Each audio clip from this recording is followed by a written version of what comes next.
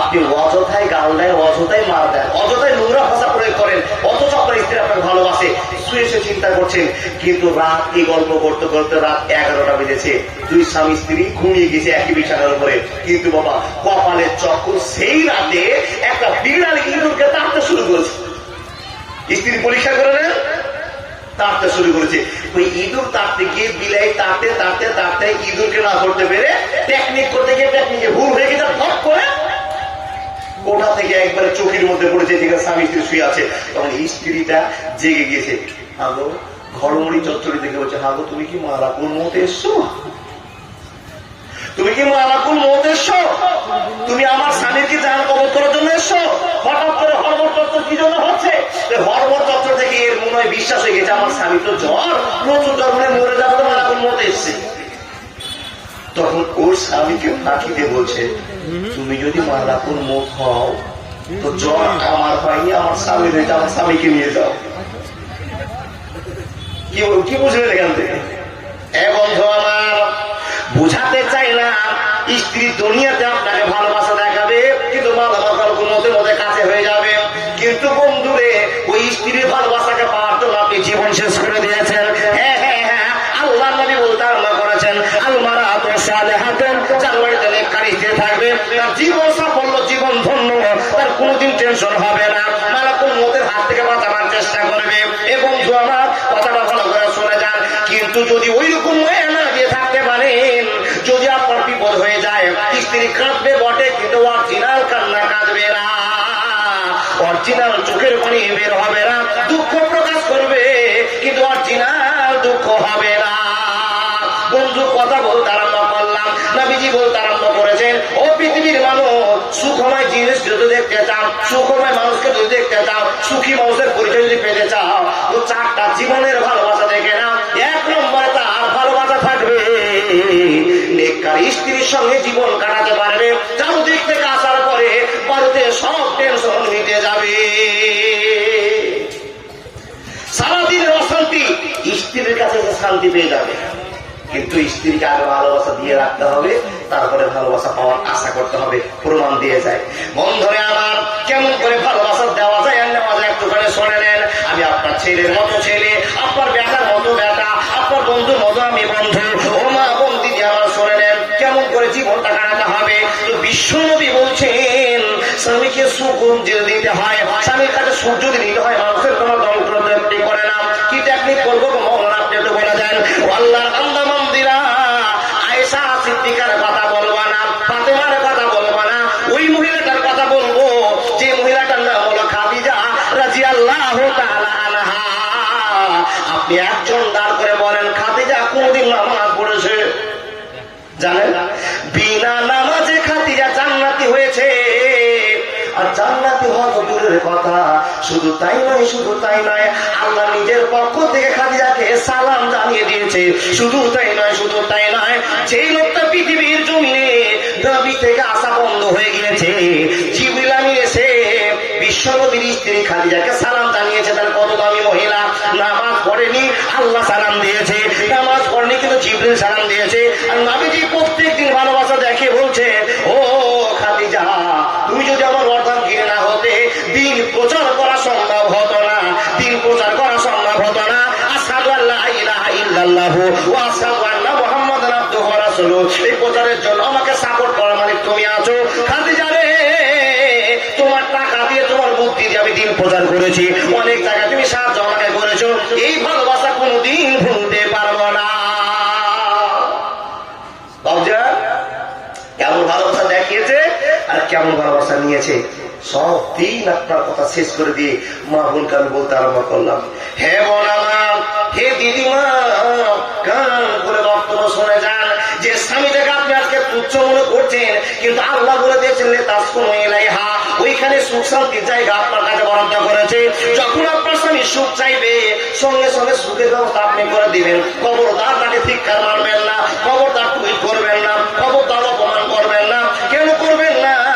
যেদিন নবীজির সঙ্গে মা খাদিজার বিয়ে হয়ে গেল, যেদিন বাসর ঘর কাটাবার জন্য দুজন তৈরি হয়ে গেল, বন্ধুরে আমার গোপনীয় কথা আপনাকে ওপেন করতে আরম্ভ করলাম। নবীজি খাটে বসে আছেন, আর মা খাদিজা রাদিয়াল্লাহু তাআলা অন্য খাট থেকে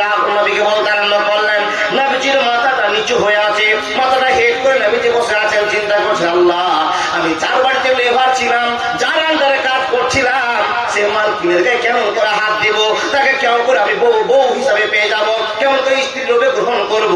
নবীজি টেনশন করছেন।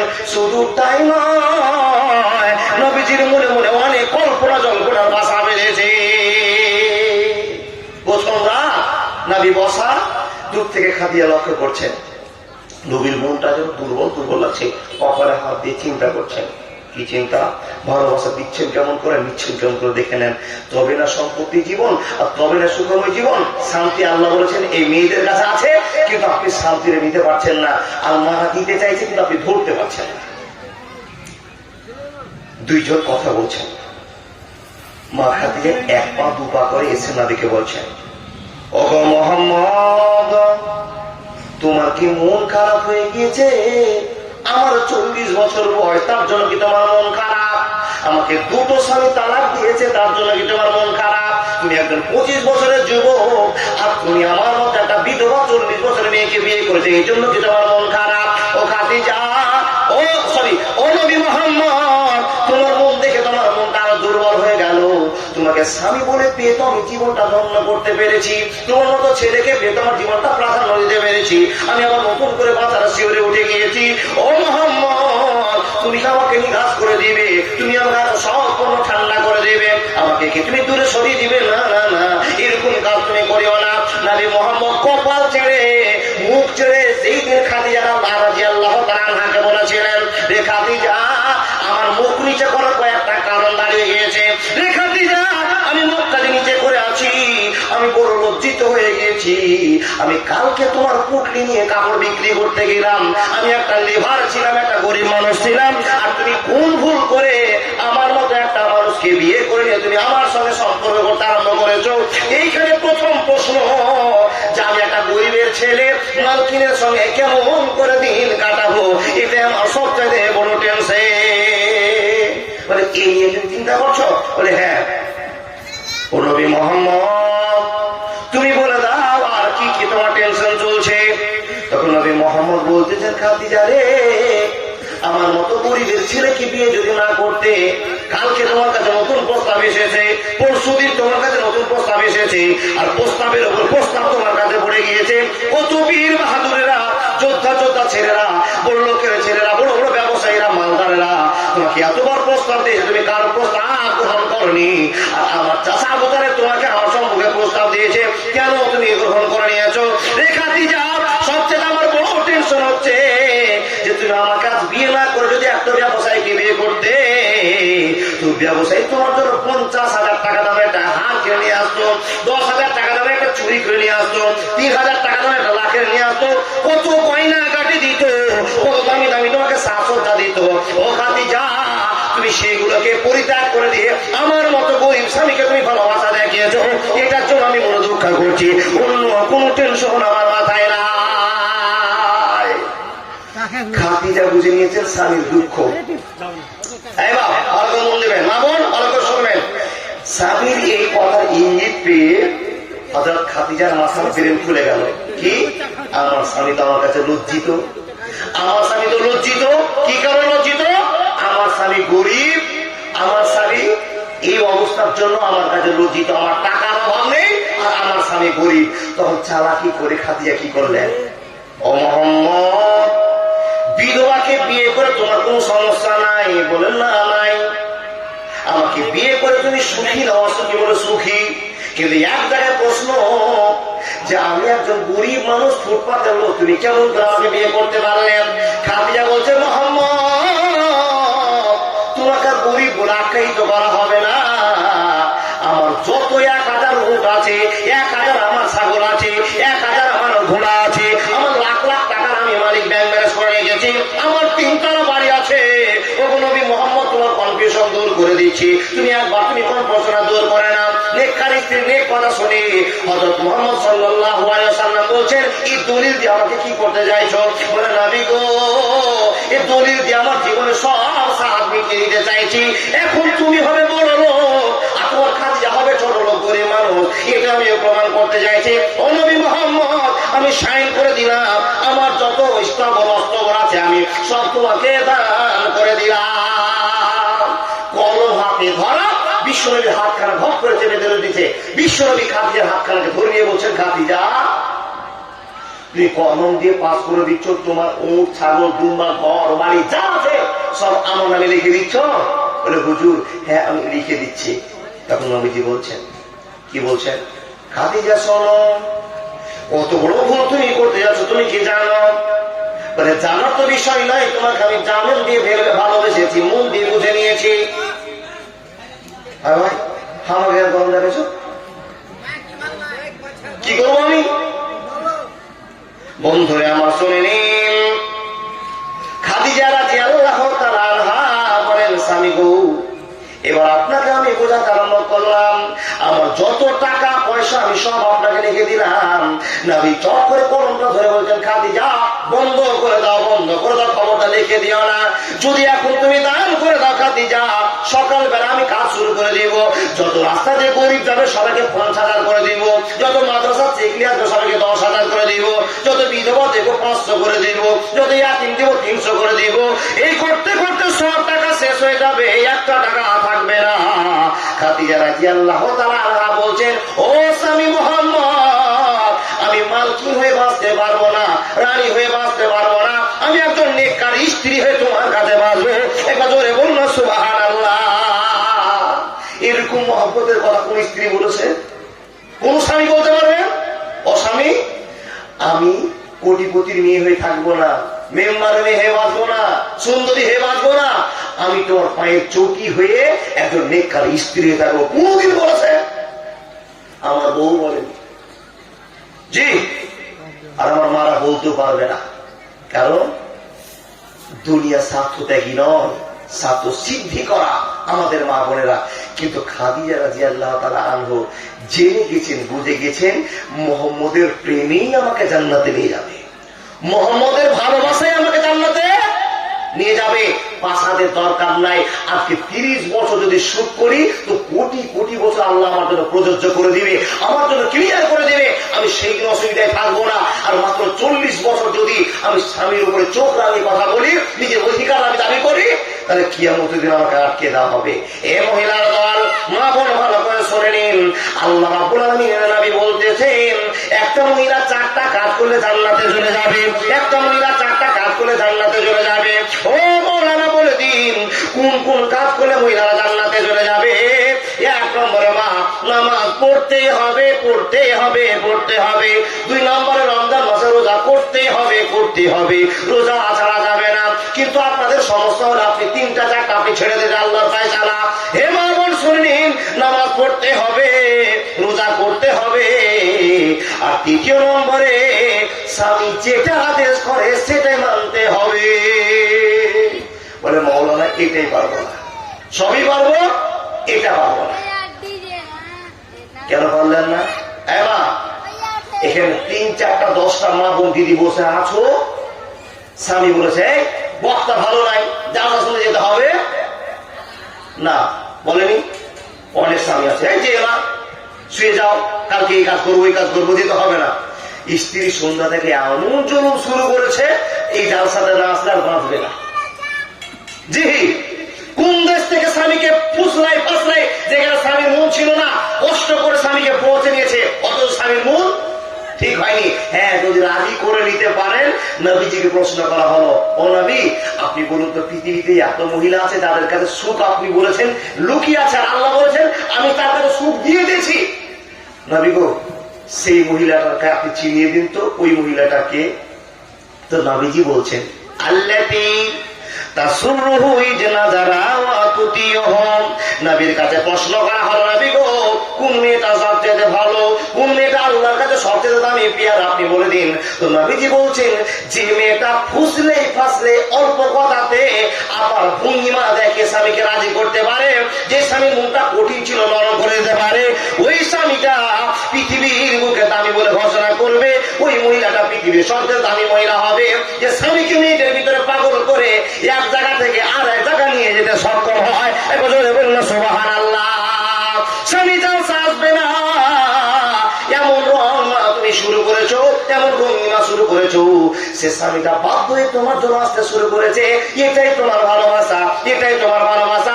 লিতাসকুনু ইলাইহা, এখানে সুখ নিয়ে তো বলেছে, মা তুমি জানো না, জানো না, জানো না, হয়নি, হবে না, হতে পারে না আমার নবীর সাথে কারো তুলনা। আরে তুলনা তো দূরের কথা, ছায়া মিলে না, হয়নি, হবে না, হতে পারে না আমার নবীর সাথে কারো তুলনা। ইউসুফকে দেখে যারা আঙুল কেটেছে, তারা কি আমার নবীর রূপ দেখেছে? দেখতো যদি কেটে দিত কলিজা খানা, হয়নি, হবে না, হতে পারে না আমার নবীর সাথে কারো তুলনা। এক বছরে বলুন না সুবহানাল্লাহ। শেষ হয়ে গেলাম কি? শেষ, শেষ, শেষ, জীবন শেষ। ওয়াজ শেষ করিনি ভাই, ওয়াজ শেষ করে আমার জীবন শেষ ভাই। এটা আমরা তুই বলছি এখনো শেষ হবে না, একটু পানি খাই নাকি, যদি ফিরে আসে গলাটা। জি হ্যাঁ, এইটাই শ্রোতা আমার ভালো। টাকা শ্রোতা একটাই পেয়েছি, 3 বার উঠে সালাম দিবে, যাওয়ার সাথে বুকে লাথি মারবে। দেখেন পাগলারও হুঁশ আছে, বিয়ে করতে হবে। দেখেন কাজী আল্লাহ, তুমি কোন চমক তৈরি করেছো যে পাগলা বাজে বিয়ে করতে হবে? জি আল্লাহ কেমন চুমুক দিয়েছে, লেতাসকুনু ইলাইহা, পৃথিবীর সব শান্তি ওই জায়গাতে দিয়েছে, কিন্তু শান্তি পাই না কেন? আলোচনা হলো শান্তি পাই না কেন। শান্তি পাওয়ার জায়গাটা আপনাকে চিনিয়ে যাচ্ছে। বিশ্বনবী বলছেন শান্তির জায়গায় খোঁজ করে নিতে হবে। হ্যাঁ মা, বোন, দিদি, সারা বছর দরকার শুনে লাভ হবে না। একটা কথা মাথায় রেখে দেন, যদি ল্যাংড়া হয়, অন্ধ হয়, কালো কুচ্ছিত হয়, ওটাই তোমার স্বামী, ওটাই স্বামী। যদি বেলাল হয়, ঠোঁট মোটা, রং কালো, মাথা চুল জিরিগিরি, দেখতে অশ্রিত, কেউ মানুষ মানুষ বলে মনে করে না, ওকেই স্বামী বলে তোমার দাবি করতে হবে, ওকে প্রাধান্য দিতে হবে। লেতাসকুনু ইলাইহা, এর পরিপ্রেক্ষিতে আপনাকে ওয়াজ করে যাবো। আব্বা যান, মা বোন, দিদি, আপনি শুনে যান। যারা বসে আছেন, যারা চলে গেছেন তো চলে গেছেন। ওয়াজ খারাপ হলে কি হলো, কথাগুলো তো ভালো বলছি। বায়ানটা ঠিক না হলে কি হলো, কথাগুলো তো আমি বলে যাচ্ছি, আপনি শুনে যান। নবীজি বলছেন, পৃথিবীর মানুষ, খাদিজার দিকে লক্ষ্য করো। লাকাদ কানা লাকুম ফি রাসূলিল্লাহি উসওয়াতুন হাসানাহ। টেকনিক করে বলে দিয়েছেন, আল্লাহ বলছেন নবীকে ফলো করো আর নবীর স্ত্রীদেরকে ফলো করো। কেমন করে জীবন কাটিয়ে গিয়েছে মাওলানা, কেমন করে জীবন কাটিয়েছে একটু বলবেন কিনা? রব্বুল আলামিনের নবী বলছেন, খাদিজা কলম বন্ধ করে দাও, আমার নামে লিখে দিও না। খাদিজা রাদিয়াল্লাহু তাআলা বন্ধ করে দিলেন। স্বামী গো কি বলতে চেয়েছেন বলে দিন। তো স্বামীকে বলছেন, স্বামী আপনি আমাকে নিষেধ করবেন না, আমি সব টাকা আপনাকে দিয়ে দিব, আমার ইস্তাবর অস্তাবর যা আপনাকে দান করে দিব, আপনি যা খুশি ব্যবহার করবেন। কোনদিন খাদিজা রাজি হবে না, কোনদিন খাদিজা রাজি হবে না, সব আপনাকে দান করে দেওয়া হবে। বিশ্বনবী তার পেয়ে নিলেন, ইসলামের স্বার্থে ব্যয় করতে আরম্ভ করলেন। মুসলমানের দল কেমন করে শান্তির কথা আপনাকে বলতে আরম্ভ করলাম। নবী মুহাম্মদ বলছে, শুনিলাম।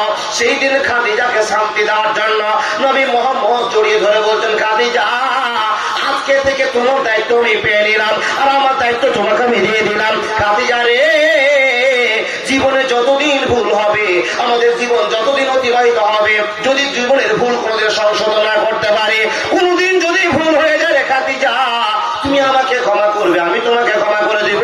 এটাই হলো জীবন যাত্রার কথা। শোনো, পরামর্শ হচ্ছে স্বামী স্ত্রীর পরামর্শ। এ মা, কোন এমন বোন আছো, দিদি আছো, স্বামী তোমাকে বারবার আদেশ করেছে যার সাথে হবে না, তারপরে জোর করে তুমি যার সাথে এসে বসে আছো, সারা রাত যদি বক্তব্য শোনো, কোন লাভ হবে না, কোন লাভ হবে না। এটাই আল্লাহর বিধান, আপনাকে বলে দেওয়া হয়েছে। স্বামী যদি রাজি না থাকে, কোন কাজ যদি মহিলাটা করে দেয়, তো তার কাজ হবে না। কেন হবে না? স্বামী রাজি নেই। হ্যাঁ হ্যাঁ হ্যাঁ, আপনার কাছে যত ভঙ্গিমা আল্লাহ দিয়েছে, যত টেকনিক দিয়েছে, ওই টেকনিকটা করে দেওয়ার পরে আপনার স্বামীকে পাগল করে যাওয়ার চালিয়ে আসতে পারবেন। এইখানে আপনার নেকি হবে, এখানে আপনার পূর্ণতা ফিরে আসবে, কোনো গুনাহ হবে না। জি, কিন্তু আপনি ভালোবাসা দেখেন, নিশ্চয়ই করে চলেছেন যে তোমার জন্য আমি জালসা দেখো না, তুমি শুয়ে থাকো, আমি জালসা শুনে আসছি। তুমি শুয়ে থাকো, আমি জালসা শুনে এসেছি, হাজার বোন, হাজার মা, হাজার দিদি এসে আছে। জি বোঝাই আপনাকে, নবীজি বলছেন ওই মহিলার কাছে সুখ পাওয়া যাবে যে স্বামীর সামনে কথা বলবে তো নম্রতার সাথে কথা বলবে। মা শেষ পর্যায়ে একটা কথাতে যতই পুরুষ সব শুনছে সবার কাল্লা কাত হয়ে যাবে। একটাই কথা আপনাকে এতক্ষণ বুঝাতে থাকলাম, যাওয়ার সময় একটা কথা বলবো, এগুলো স্বামী একটাও চলবে না। কিন্তু প্রথম জীবনটা আপনি ভুল করবেন না, কারণ আল্লাহ আপনার কপালে লিখে দিয়েছে আপনার এইটাই স্বামী গ্রহণযোগ্য করতে হবে। আল্লাহর কাছে কাঁদেন, আল্লাহ যাকে তুমি আমার হেড মাস্টার বানিয়েছো তাকে আমি সম্মান দিয়ে জীবন কাটাবো। এটাই জীবনের পরিণাম, এটাই জীবনের চেহারা, এটাই জীবনের উন্নত পথ। আল্লাহ নবী বলছেন সুখী মানুষ দেখে নাও, যার বাড়িতে নেককার স্ত্রী আছে সেই জীবন সুখী হতে পেরেছে, তাকে সুখী বলা হয়। বাপজান আমার, এবার নেককার স্ত্রী খোঁজ করতে গিয়ে এরকম করে খোঁজ করলাম, একটাও পাওয়া গেল না। নেককার স্ত্রী কার বাড়ি আছে? 30 বছর থেকে সংসার করলাম, একটাকে বলতে পারে না ঝামেলা হয় নি। স্ত্রী কেমন ভালোবাসা দিয়ে গেছে একবার শুনে নেন। আমাদের এলাকার কথা বলছি, আপনাদের এলাকার কথা বলছি, দুনিয়ার মানুষের কথা বলছি। স্ত্রী হঠাৎ করে মরে গেল, মরে যাওয়ার তো সিদ্ধান্ত নেই বাবা, মানুষ মরে যাওয়ার কোন সিদ্ধান্ত নেই, এই আছে এই চলে গেছে, হঠাৎ করে স্ত্রী মরে গিয়েছে। কিন্তু দেখে নেবেন এমন স্বামী আছে, স্ত্রী আজকে বললো 15 দিন পরে টুপি মাথায় সেজে বুঝে ঘুরছে, হায় ভাই এত সাজগোজ কেন বলে বিয়ে করতে যাচ্ছি না। এরকম ছেলে, এরকম পুরুষ নাই? প্রশ্ন আপনার কাছে, স্ত্রীকে যে এত ভালোবাসা দেখালেন, স্ত্রীটা যে মরে গেল, স্ত্রীটা আপনার জন্য 4 মাস 10 দিন ওয়েট করে। আপনার স্ত্রী, আপনি স্বামী যদি মরে যান তো স্ত্রীটা বিয়ে করতে পারবে কতদিন? 4 মাস 10 দিন।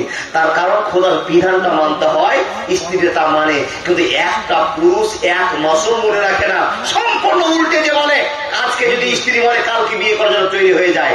প্রশ্ন আপনার কাছে, মা কেমন করে ব্যবহার দেখেছেন যে আপনার স্বামী আজকে আপনি বলছেন 15 দিন পর বিয়ে করার জন্য রাজি হয়ে গিয়েছে?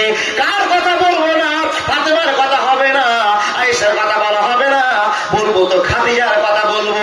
যেদিন বিশ্বনবী নবী মুহাম্মদ রাসূলুল্লাহর কাছ থেকে মা খাদিজা বিদায় নিয়ে চলে গেলেন, শেষ অন্তিম লগ্নের কথা বিশ্বনবী চোখ থেকে জল করে বের করতে আরম্ভ করেছেন, কান্না করতে আরম্ভ করেছেন। একটা কান্নার রোল আছে, এ খাদিজা লাখ লাখ টাকা তুমি আমার ইসলামের জন্য ব্যয় করে দিয়েছ, লাখ লাখ টাকা তুমি দান করে দিয়েছ, কিন্তু খাদিজা রে